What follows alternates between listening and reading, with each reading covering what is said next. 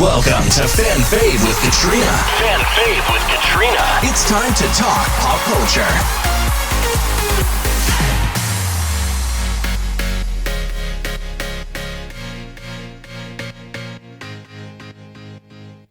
Welcome back. I'm your host, Katrina, your pop culture bestie, and live from my bedroom studio, it's Fan Fave. But no matter where you're listening from, today we're all going to be live from New York as we talk about the return of the hit sketch comedy series, Saturday Night Live. Over the weekend, SNL returned for its 49th season with host Pete Davidson and musical guest Ice Spice. Now, I immediately could tell there was this new wave of people excited about the return of the show because not too long after the announcement hit, I started getting a lot more comments and people saving my SNL how-to series on TikTok where I broke down how you can see the show live and in person. I'm a huge fan of SNL if you didn't know already, and I've been lucky enough to sit in Studio 8H and watch it all happen 7 times. So I thought since the season is just now premiering, why not take the time to do a full episode breaking down how to get tickets to this late night comedy show. But first, let's do a quick pop recap to discuss all the stories, news, and trending topics that I have just not been able to stop talking about since the last time I spoke to you all. The first thing I want to talk about is Fifth Harmony. I feel like I don't talk about it a lot, but I've always been a big music group girly. Like, historically, most of my favorite artists have been groups. My first concerts were the Cheetah Girls and the Jonas Brothers. And then as I grew outside of the Disney world, my favorite artists were One Direction, 5 Seconds of Summer, Little Mix, and Fifth Harmony. I was a huge fan. I saw them on their very first tour back in 2013. It was a tour at the mall, and I saw them at Disney Springs. It was downtown Disney back then, actually. But yeah, I saw them multiple times in concert after that as well. And then for those that don't know what happened to them, they went on one of those indefinite hiatuses in 2017, I want to say. I know Camila Cabello left right after the Jingle Ball tour in 2016, which I attended, and I thought it was a little weird because she did her own solo performance there with Machine Gun Kelly, and then also Fifth Harmony performed. But then Fifth Harmony did release a final album with just the 4 of them after Camila had left, and then it was a hiatus. But anyways, recently, Ally Brooke did an interview with E! News, and she teased that they were working on something. So hearing this as a former superfan of Fifth Harmony, I was so excited. But then she came back and said that there's no official reunion happening for the girl group yet, and that the reunion is more of them getting back together and hanging out and building their relationship. But I would really love to see them do a little something together later, and so maybe this is a step towards that. That's what I'm going to hope. Also in music, Beyonce has announced she's bringing her Renaissance World Tour to the movie theaters now.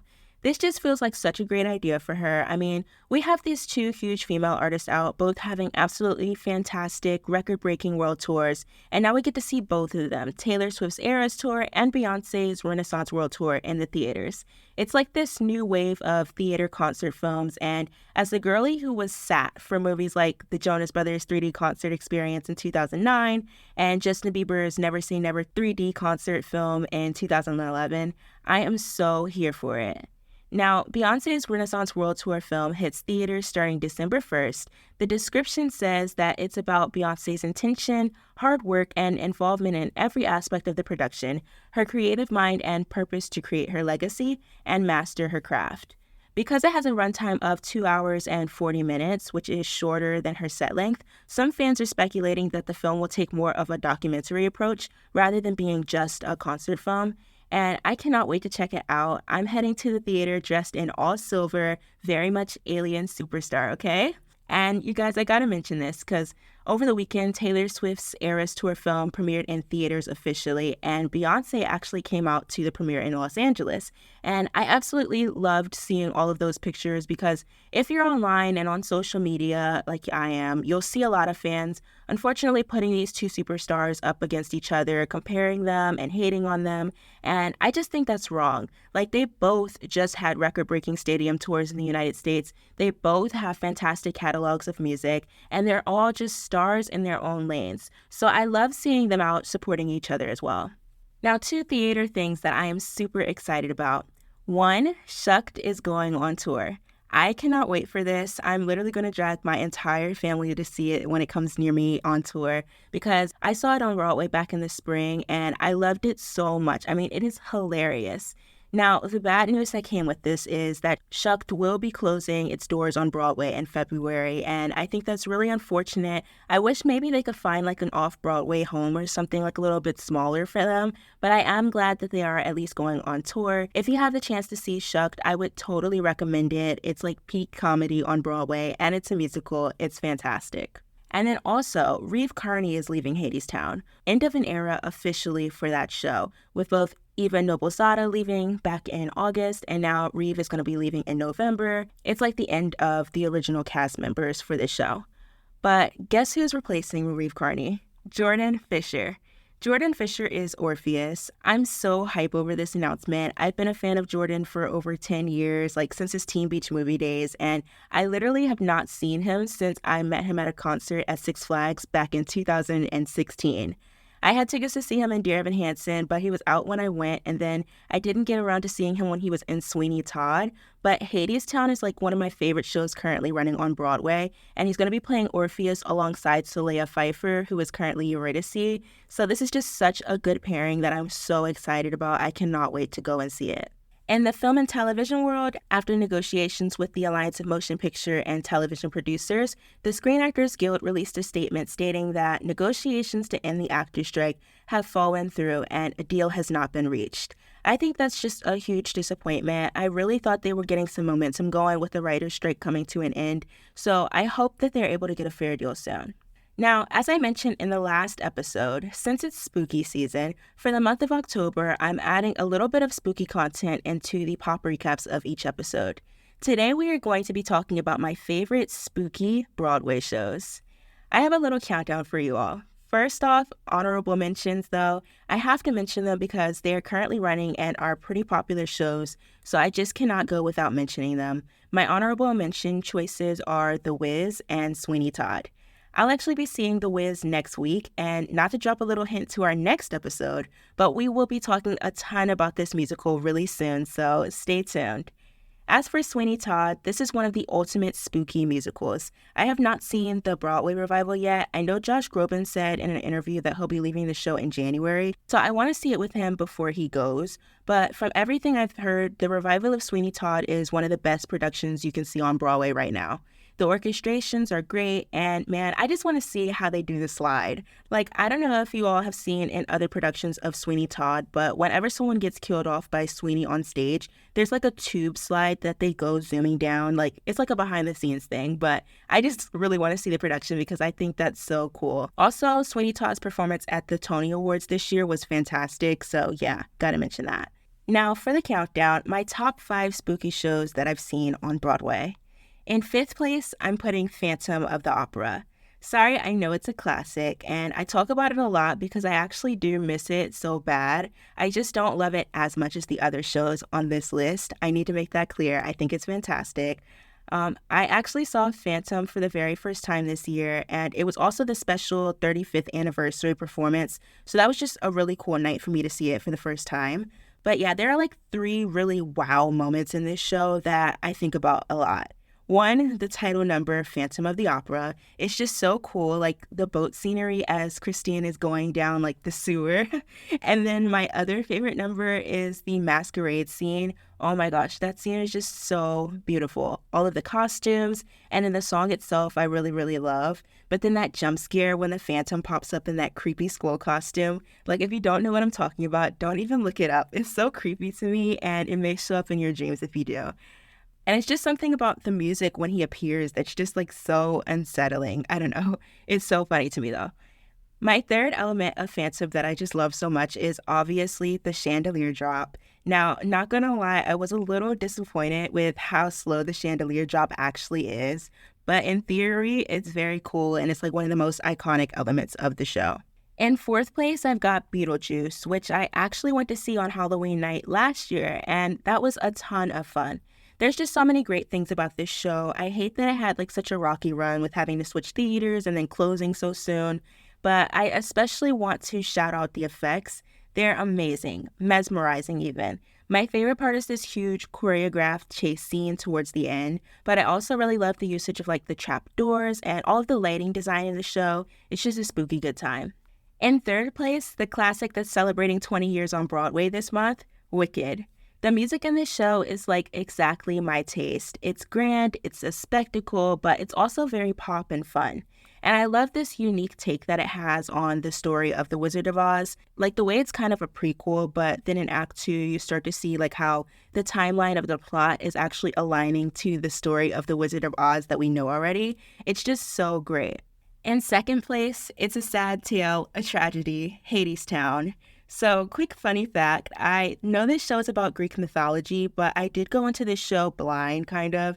Spoiler warning for Hadestown if you don't know the story of Orpheus and Eurydice, but I went into Hadestown knowing that Orpheus turns around, except I had absolutely zero clue the context of that. Like, I just saw people online all the time going like, OMG, I cannot believe he turned around and stuff like that. So I was like, I don't know what that means. And when I went to see Hadestown, I went with like a big group of friends and some of them had actually seen it before. So I like asked them before the show, I was like, what do they mean when they say like characters are turning around? Like, is it a choreo thing or like what? And they told me like, just wait and see. And the way it slowly started to click for me as I watched, devastating, absolutely devastating. Like the way that entire scene is done, truly, it feels like you're watching them walk on that spinning stage just on that one song for like over an hour. And it's so gut-wrenching in the end when he turns around. But yeah, this is just such a strong show overall, a unique sound in terms of music, and I absolutely love the soundtrack. And like I mentioned a little bit earlier, I did get to see the show with Reeve Carney and Iba Noblezada in the cast, and they were phenomenal. Wait for Me is especially such a breathtaking number to see live, and man, I really want to run on those spinning turntables on the stage so bad. And finally, in first place, my favorite spooky Broadway show is technically not even on Broadway. It's an off-Broadway show, Little Shop of Horrors. I love, love, love this show. It's so much fun. It's in a small and intimate theater, which is pretty cool. I saw this show a while ago, actually only last year, but it feels like forever because Christian Borle was in the cast at that time, and I've since seen him in a completely different show, Some Like It Hot. But yeah, Christian Borle was such a highlight when I saw the show. He plays the dentist, but also like a ton of other characters, and he just absolutely like went crazy with it. Like you could tell he was having fun on stage. And then Conrad Ricamora was Seymour for me, and he was also very, very great. He's actually now in Here Lies Love on Broadway, which I have on my list to see. But yeah, Little Shop of Horrors is like a musical comedy. Everything about it is so classic. I mean, the soundtrack I listen to pretty often, and the puppetry in this show is like another really cool highlight. But I always quote this show as being like one of the most fun times I've ever had seeing a Broadway show. Let's get into the topic of today. Saturday Night Live just had their season 49 premiere featuring former cast member Pete Davidson as the host and then Ice Spice as the musical guest. This was their first episode back since having to cancel the final 3 episodes of season 48 due to the writer's strike. Now, as I explained a little bit on our last episode, SNL is able to return despite the SAG-AFTRA strike still happening because the show is on a different TV contract than the actors that are currently on strike. As I mentioned earlier, back in April, I did a 3-part miniseries on the Fan Fave TikTok and Instagram all about how to get into a taping of Saturday Night Live. Since the show is back, I thought it would be a great time to break everything down for you all on a full podcast episode. I went to 7 season 48 SNL tapings, so consider me your little expert. No gatekeeping, I'm breaking down everything I know on this very episode. There are 2 key ways. Both are actually completely free, which is something that I feel like a lot of people don't know. Going to pretty much every late night show is completely free. You either win the lottery or do the standby line for SNL. The lottery is like the most simple way to do it, but it's also way harder. NBC hosts a ticketing lottery every single year for fans to get tickets to SNL. This lottery runs from August 1st to August 31st annually. So unfortunately, if you are listening to this episode now in October, it is too late to enter the ticketing lottery system for this season. This lottery process is completely different than the ticket lotteries for other NBC late night shows like Late Night with Seth Meyers or The Tonight Show starring Jimmy Fallon. The difference is that you cannot choose which show you potentially get tickets to in advance, and SNL does not use one iota. The lottery is done completely by email. When you enter the lottery, you're going to send an email to snltickets@nbcuni.com. The prompt is to tell them why you would like to be a part of the studio audience. All of this information is on the NBC website. Me personally, myself, I just submit for this lottery for the very first time this year. I actually never really did it before, even when I was living in New York. My freshman year at NYU was also the first year that I was actually old enough to attend a taping of SNL, because back then you had to be 18 years old to go to the show, but they have since lowered that age to 16. But yeah, I forgot to do the lottery that year, and then after that, it was the COVID season. And then every season after that, I was actually an intern for NBC the entire time for both season 47 and season 48 lotteries. And I don't know if it was like a rule or not, but especially because I was like an intern for a team that covered content for SNL, I was like, I don't think it's allowed for me to enter this, so I just never did the lottery. And I also never did standby for those reasons until season 48 when I was no longer working for NBC. But this year, I officially entered the lottery for the very first time, and I wrote slightly of an excessive entry, to be honest. I've seen people say they wrote one line and got an invite, and then others say they wrote a whole essay and got an invite, so it could be all random. But for entertainment purposes, I'm actually going to read you all my SNL season 49 lottery entry, and then I'll update you if I ever hear back. So I started my email by saying, "Dear SNL ticketing besties." I don't know why. I don't know who reads these, if anyone does, or who to address it to, so I just said that. Then I say, I don't know if you read these or if it's all random, but here's 49 reasons why you should give me tickets to a taping of SNL season 49. I'm prefacing this by saying I do not actually give them 49 reasons. It's my attempt at trying to be funny. But I said, I'm a huge fan of SNL and have been for many years. I never miss an episode when it airs on TV, and it's a show that I can look forward to watching with friends or family on Saturdays. I'm not really a night person, so SNL is actually the only time that I stay up until 1 a.m. watching TV, and it's always worth it. It's just that exciting to me, and I would love to experience the rest of it all in person. And then I wrote numbers 2 through 49. Okay, I'm not actually going to bore you with 48 more reasons, but please, I really want tickets. So yeah, I call that me trying to be funny, and I know it's not. That's why I'm asking for tickets to SNL and not trying to be on the show myself. I am not a comedian. But the framing was also I could write a very generic, very basic why I want to attend SNL kind of like email in that one point, while still trying to stand out a little bit. I then added this extra section, and it's completely based on this theory that me and my friend have where we think for certain episodes, or maybe all the time, if somebody's actually reading these emails, whoever is distributing these lottery tickets, they search for keywords to invite people to episodes that make the most sense for them. And this theory, it may not be true. It's solely based on how many people we saw on the SNL subreddit say that they wrote about being from Kansas City in their SNL lottery emails and then got tickets to the episode where Travis Kelce, who plays for the Kansas City Chiefs, hosted. So both me and my friend, we essentially added keyword sections in our emails just to see like if that would help our chances at all. And my friend, she just literally listed names, but I at least tried to format mine in such a way. So here's what I said for that part. Some things about me that you may or may not consider when distributing tickets. 1, my favorite actor is Paul Rudd. I rewatch his episodes all the time, and seeing him host in person is my ultimate SNL dream. My favorite music artists are Harry Styles and Taylor Swift. Oh, and this is funny. I actually added a line saying, also, if you were to bring back Pete Davidson or Kieran Culkin from the canceled episodes, please invite me. I really want to see Kieran Culkin host if that's still a chance. Like, I will really want to see Kieran. Now, number 2, I said, my birthday is December 17th, and I love a good SNL holiday episode. That's very true. If I'm going to do any standby for this season, I'm definitely just going to do it for my birthday weekend episode. And then for number 3, I said, my favorite SNL alums include Bill Hader, Andy Samberg, and Cecily Strong. Reading back on this, I'm sad I left out Cal Mooney, but I also do not expect him to come back and host at all. So that was probably my thought when I wrote this. And then 4, I had to drop in that I used to be an NBC intern for 1.5 years, but it was during the pandemic and I was remote the entire time, so being able to visit the studio in person would be so cool. And then for my fifth point, I said I'm from the Washington, D.C. area, but I recently just graduated from New York University this year. So tickets to SNL would be a lovely graduation gift. Thank you. And that is me trying to use the name brand of my university because there's like 5 or 6 people on the cast of SNL that are from NYU. So like anything NYU, I'm going to throw it in there. I then closed the email by saying, I hope you'll consider me, and I left my name and email contact as if this is some casual cover letter for a job application.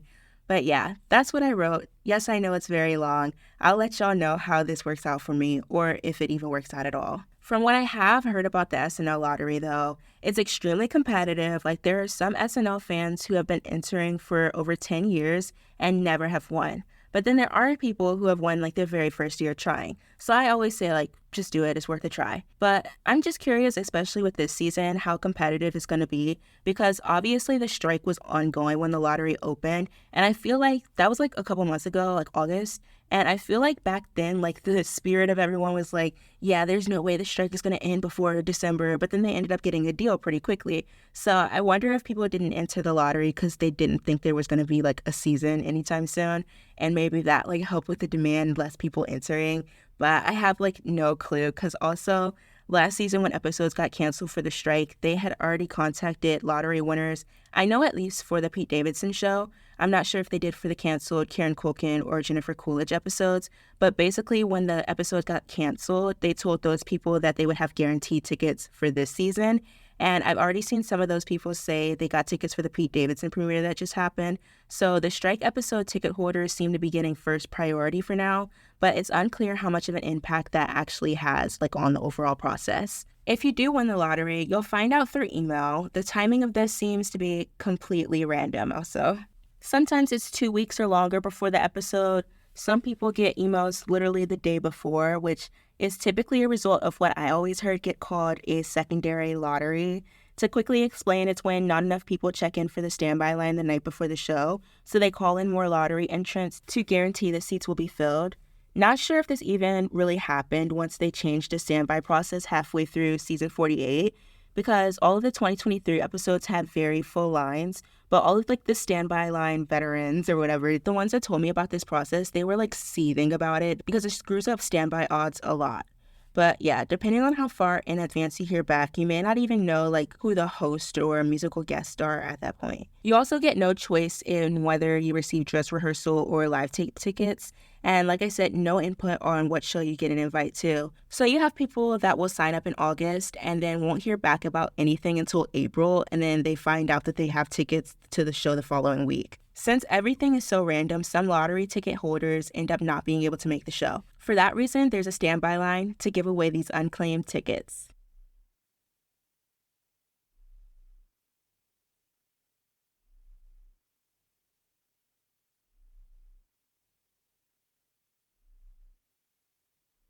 Standby is how I've gone to all of my SNL tapings. I've done standby 7 times and I've never been turned away. And like there may be people out there listening or online who are like judgy of the whole standby process, but like if you get it, you get it. And if you don't, you don't. Doing standby is so much fun. It's such a community out there and it's like always worth it. As a bored NYU student, doing standby for SNL was always like the most fun and affordable ways to spend my weekend. The process for SNL standby has changed a ton over the years. It used to be like a completely free-for-all where people were camped out on the street for a whole week. But now there are a lot more guidelines and restrictions and things are just a whole lot easier. I'm going to be breaking down the process as it stands for season 49. On the Thursday the week of the show, you must book a standby reservation. And I'm emphasizing must because even though you can get in the line without a reservation, you have a much lower chance of getting in. So secure that reservation. You do this online. It's like a weird booking website, but if you go on the NBC website and search how to get SNL tickets and scroll down, you'll find the link to this site. Now, as I mentioned earlier, the standby line process has changed. It used to be just that you could get in line at any time. Like somebody could just wake up on a Wednesday and decide like, I'm going to go start the SNL line. And there was like no order to it. They would just be out there for however long. And so now they've changed that like post the pandemic, which I absolutely love because no way was I going to ever wait out weeks for a show. Now you're assigned a place in line beforehand and you are not allowed to queue before Friday night. So at 10 a.m., this website is going to open up for you to make a reservation for your spot in the SNL standby line. I cannot stress this enough. Have your autofill on. Be on that site actively refreshing at 9:59 a.m. These spots go so fast. There's only 600 of them, 300 for dress rehearsal and 300 for the live show. And last season, these spots almost always sold out in less than a minute. And the website is usually like crashing as this happens. It's the worst. And since I'm not like currently in New York, I didn't like plan to do a standby for this new season 49 premiere. But I had a lot of people on social media that did it, and they said it was a hot mess. Like the websites were like constantly crashing. They received like numbers for live tape when they signed up for dress rehearsal, and they received like 2 tickets instead of 4. So it was like very chaotic. Be prepared for it. Anything can happen on that site at 10 a.m., especially if it's a high demand host. Really quickly though, since you have to choose between dress rehearsal or live tape in advance, I just want to break down some key differences between the two experiences, because I feel like a common misconception is that people hear dress rehearsal and they think like it's not a real version of the show, like it's something that's half ready or something, but it's not. It's a fully produced show that is actually longer. Dress rehearsal features sketches that actually will not make it to TV. It's the run-through that determines what makes it to TV actually. So if a sketch completely bombs in dress rehearsal, or if they find it too complicated or takes too long, for example, it gets cut. For this reason though, if I'm going to SNL for a specific host, I'm always going to pick dress rehearsal, like almost always. It's a longer show, usually can be like 20 minutes longer than what people are going to see on the live tape. So if I'm there for the host, I'm like, I want to see all the content they're doing. Like I'm coming here to see them. Dress rehearsal is also earlier. Last season, dress rehearsal would start at around 8 p.m. and be done by like 10-ish. Live tape is from 11:30 p.m. to 1 a.m. So if you don't want to be out super late, dress rehearsal is the way to go.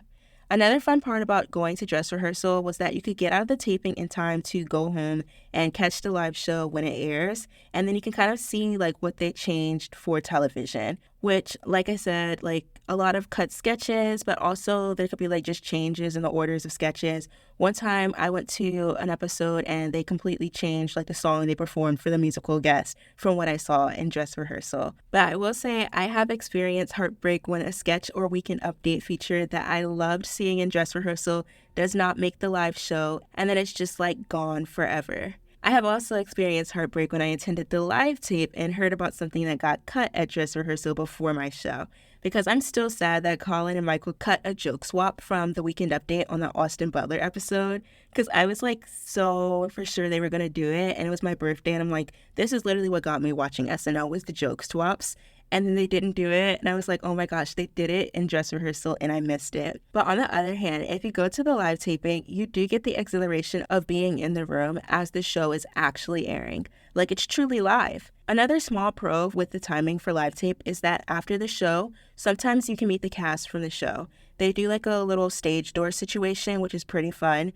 But do not expect to see the host or musical guest come out. They do not. They have another exit or something. I feel like whenever me and my friend were out there, like after the show, there would be like other people who had never gone before, and they're like, yeah, like I'm waiting to see the host come out. And I'm like, no, they're not coming out. But yeah, that's just something to keep in mind if that's of interest to you. And sometimes live tape does have more than dress rehearsal. Like, for example, I went to the Woody Harrelson Five Timers episode, and Scarlett Johansson actually made a cameo at the end of the episode on live tape, but she actually was not there at the dress rehearsal. All of these things are pretty minor things, though. I feel like the biggest reasons that I ever chose one over the other, it was because of like my own personal schedule. Like, I'd do live if I was busy during the day Saturday and the timing of dress rehearsal was just too early, stuff like that. Like, for example, I went to SNL on my birthday, but I wanted to do like a birthday dinner with my friends before. So check-in for dress rehearsal at 6:30 was just too early for me that day. So no brainer, I did the live tape so I could go get dinner with my friends and grab ice cream before checking in for the show at 9:30.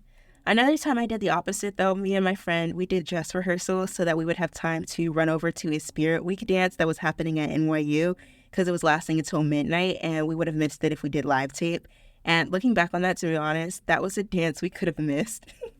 But some people wonder whether getting into the show through a standby is easier if you do like dress or live. And to be honest, I'm really not sure there's a difference. It's all really a toss-up that changes week by week. I will say though, the standby seats are a combination of unclaimed lottery winner seats as well as tickets that the host and musical guest and also I think the cast to get and do not use. So that's why it always varies. But I will say, take this with a grain of salt. I will say, though, in my experience, I have seen way more celebrities in the audience at the live tape. So it's possible that the host and musical guests bring more of their friends to the live tape versus dress, making dress have more standby availability. But I really cannot confirm that other than the fact that celebrities were almost always in the audience at live tape. It's actually so funny though, one little quick story. At the Quinta Brunson Lil Yachty episode, me and my friend were like convinced we were sat in between two rows of Lil Yachty's entourage because we were like directly in front of the musical guest stage and they all had like blinged out watches and diamonds on. And me and my friend were like, OMG, this was the live tape. So this is where he brought like all of his guests at. But then Billie Eilish was in the audience at one of the dress rehearsal episodes I went to. So I want to say it was Keke Palmer and SZA, but like I said, it differs. Some people bring all their guests to the live tape. Some people bring guests to the dress rehearsal. I really wouldn't rely on that as like a way to think that you're going to get more options for seats one over the other. I don't think it's a big deal. Everyone has their preferences, and I myself have done like half and half. I went to 4 dress rehearsals and 3 live tapes. It's nice to kind of see like how each one differs, but I just wouldn't choose one over the other just to think you're going to get in. Back to this reservation form though, it opens up at 10 a.m. on Thursdays the week of a show. You need to have on hand your name, your phone number, your email, and how many spots in the line you are requesting. You can request up to 4 spots. After you submit this form, you will get a confirmation email and then another follow-up email to let you know what your spot in line will be. These emails can take a while to come in, but you will be assigned a number between 1 and 300. Your email will outline all important info needed to join the standby line. The check-in deadline is at 7 p.m. and you must be there by 7 or else you forfeit your place in line. The standby line lasts until midnight and you must be able to wait in line for this entire period of time, only leaving for short food or bathroom breaks. If you are not able to get a reservation, you are still able to join the line. You will just be after everyone that got a reservation. Do not get discouraged if you have a high number and do not get discouraged if you have no number. It truly varies each week. I've gotten reservations as low as number 3 in line, but also up to number 135, which was my highest reservation, and I still managed to get in. I've also gotten in with no reservation at all. On the Friday night before the show, that's when you're going to get in line at 49 West 49th Street, episode title name drop. The check-in window is from 6 p.m. to 7 p.m., but I do not recommend getting there until closer to 7. Getting there earlier does nothing for you except extend how long you gotta wait out there. You already have an assigned spot in the line, and the check-in deadline is not until 7 p.m. That's when the NBC pagers are going to confirm everyone in the line and you're basically like barricaded in. The most fun thing about 7 p.m. in the standby line is that very quickly you will see that there are not 600 people in line with you, unless we're talking about that Pedro Pascal situation of season 48 where they canceled the standby line and like 500 people showed up. That was insane. But usually it's not the case like that, and so you'll find that actually everyone does not show up. Your number will drop. It's like the best thing ever. I looked at some of my old emails just to demonstrate this for you all. For the Steve Martin Short episode, I had reservations number 58 and 59, and me and my friend ended up being numbers 24 and 25 in the line. For Woody Harrelson, we had reservations 119 and 120, and we jumped all the way down to 54 and 55. And if you saw my Quinta Brunson SNL vlog on my Instagram and TikTok, you saw that I jumped from 104 in line down to 55, so it all really varies. I will say if you already have a low number though, it's less likely you'll have a larger jump down. Like for Austin Butler, Lizzo, I had reservations 3 and 4 and we ended up being numbers 2 and 3. And for Michael B. Jordan, my group got reservations 15 through 18 and ended up being 9 through 12. Obviously, there's not that much for you to go, but still people don't show up. So the pages will line you up though, and it's all one line with just rehearsal reservation holders in front, then live tape reservation holders, and then people without reservations are welcome to join the line at the back starting at 7 p.m. People without a reservations will later be able to choose whether they want to do the dress rehearsal or live tape once the standby line cards are handed out at midnight. And the best strategy for this is to just ask the page handing out the cards what the current numbers are for each option, and just choose the one that will give you the lower number and better shot at making it in. That's what me and my friend did for the Keke Palmer SZA episode. There were 100 people in front of us. We asked, what number is dress at, what number is live at, and we picked dress rehearsal because we got the lower number with that, and we made it in. My biggest tips for the line: bring snacks, although I often would consider it an outing for myself, and I would treat myself to the various nearby food options. There's a Chick-fil-A on the same street as the line. There's also a McDonald's around the corner, a Five Guys, and one of my personal favorites is Ace's Pizza, which is actually inside of 30 Rock. Sometimes free food also gets sent to the line, stuff like pizza or hot chocolate or soup during the quarter months. Also, speaking of cold, check the weather, dress accordingly. Seriously, you're going to be outside. I did the majority of my standby shows during the winter, and I learned very quickly what works and what does not work with layering up. I also recommend bringing a comfortable chair. There are very cheap options on Amazon. It's so much better than sitting on the bare ground. I've seen people just come and just grab cardboard boxes and sit on the bare New York City ground, and I'm just like, do not do that. Don't. Actually, one time that worked in me and my friend's favor because they left, and so we ended up moving up even more. But still, just be comfortable. Do what you want to do and be comfortable. Get a chair. It's like $15 to $20, if that. As for bathrooms, 30 Rock is open until 11 p.m. and the line only lasts until midnight, so it's really not as complicated finding somewhere to go now since it's not overnight anymore. The last thing I want to say about the standby line is to have fun. Whether you go with a group of friends or you go alone, doing the standby line is a full experience. Sometimes I would bring homework or games to play with my friends, but also just talking to other people in the line is so much fun. Everyone, for the most part, is just in a great mood, trying to have fun and pass the time out there. I met some really nice people in the line, and also if you start going regularly, it's pretty common to start seeing familiar faces of other people who go regularly, so it kind of feels like a little community out there. It's always a really great time. At midnight, the NBC pages come out again to hand you your official SNL standby card. This is not a ticket. This is physical proof that you showed up and waited in the line. Printed on it is your official standby number. Do not lose this card. Seriously, it's very important. On the card, it's going to say what time you need to report back to 30 Rock on Saturday, which is either going to be 6:30 p.m. for dress rehearsal or 9:45 p.m. if you chose live tape. To check in, you report to the NBC Studios store inside of 30 Rock. A page will then put you in place for the line to begin going through security, and it's a very, very, very long wait. It's such a long wait. It feels like forever going from place to place. You're standing in a stairwell, you're standing in a rotunda, and you're never guaranteed until you are physically in a seat. You can get turned away at any point. Once you are in the SNL Rotunda, though, they are going to instruct you to turn off your phones, and if you're lucky, you'll be handed a wristband and be sent on your way up the elevators to officially be seated for the show. Some general things that I recommend that you do if you get the opportunity to attend a taping of SNL. 1, take pictures of everything you can. If you get a ticket, you don't get to keep it, but you can keep your wristbands. Photos are not allowed in the studio, but I love taking pictures in the rotunda downstairs. Or if you have tickets, you'll be in the lounge, which I've never been in the lounge for SNL before, but the lounge for SNL is actually usually the same one they use if you've ever been to a taping of another NBC show, like Late Night with Seth Meyers or The Tonight Show starring Jimmy Fallon. They just changed those slideshow pictures in the room over. I will say, though, the SNL lounge is much better than The Tonight Show or Seth Meyers because for SNL, they get free drinks. They have a DJ pumping. We used to be standing in this stairwell, literally hearing them have a party as they get called up, just waiting for our chase to go on the rotunda. And we'd be so jealous because they got free drinks and everything. I'd also recommend getting an SNL event tee. These are the shirts they sell in the store that have the episode date, host, and musical guest printed on them. I think they're such a cute souvenir. I have 2 of them from last season. The Keke Palmer SZA one because it was my very first episode of SNL that I ever attended. And then I got the Austin Butler Lizzo one because it has my birthday on it. I will say a pro tip for this is if you know you want a shirt, buy it before the episode happens. They do sell out pretty quickly in store after a show, and sometimes they're sold out online. Another popular recommendation for when you are in the show is to watch it as you are seeing it. To kind of explain, there are screens everywhere, so you can literally look up and watch the real taping of the show. But why would you do that when you can see all of the behind the scenes extra stuff going on that will not be aired on TV?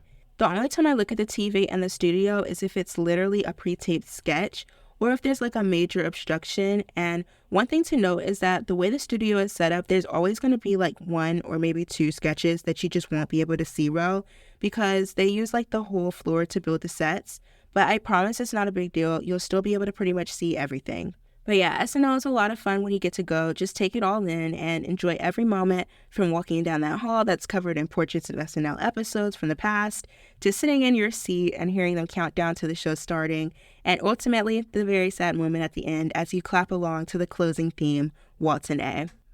Now, we've come to the end of our episode, but to quickly recap what we've learned about getting Saturday Night Live tickets in today's episode, you can either get in by entering the free email lottery in August or by doing the standby line once the season starts. The standby line is a non-guaranteed process that consists of filling out an online reservation form the Thursday before a show at 10 a.m., then joining the in-person line at 30 Rock from 7 p.m. to midnight on the Friday before a show, and then reporting back on Saturday to find out if you make it in. Oh, and one thing I didn't mention is how many people get in by standby. I emphasized a ton that this truly varies week by week, but it's been anywhere between 30 and 80 people for dress rehearsal and live tape each. The rumor is actually that Lorne Michaels loves the standby line and has 30 seats set aside for standby each show, so it never is less than that. I found that most commonly, though, the cutoff is somewhere in the 60s, but it can be lower or higher. But yeah, if you do standby, I wish you the best and enjoy the experience. And feel free to reach out to me at FanFave Media on all social media platforms if you have any questions about the experience. That's all for this episode, but exciting news. Coming on Saturday ahead of the Bad Bunny episode of SNL, I'll be releasing a short bonus episode, a supplementary part 2 to go along with this episode. A fan fave story time where I'll tell more about my experiences attending SNL, and we'll also chat about what to look forward to with season 49. As a reminder, this podcast is a hub for all things pop culture. Keep listening to Fan Fave for recaps and breakdowns of the latest in entertainment news, trending topics, and more. As Fan Fave is a bi-weekly podcast, you can expect new episodes every other Tuesday when I'll dive into a different aspect of pop culture. You can also stay in touch and join the Fan Fave community on social media, where I'll be posting additional video content and vlogs from my many adventures and events that I attend in the entertainment world. That's at Fan Fave Media everywhere. So connect with me because I want to interact and hear from all of you, my fellow fans of pop culture. Thanks for listening and see you soon.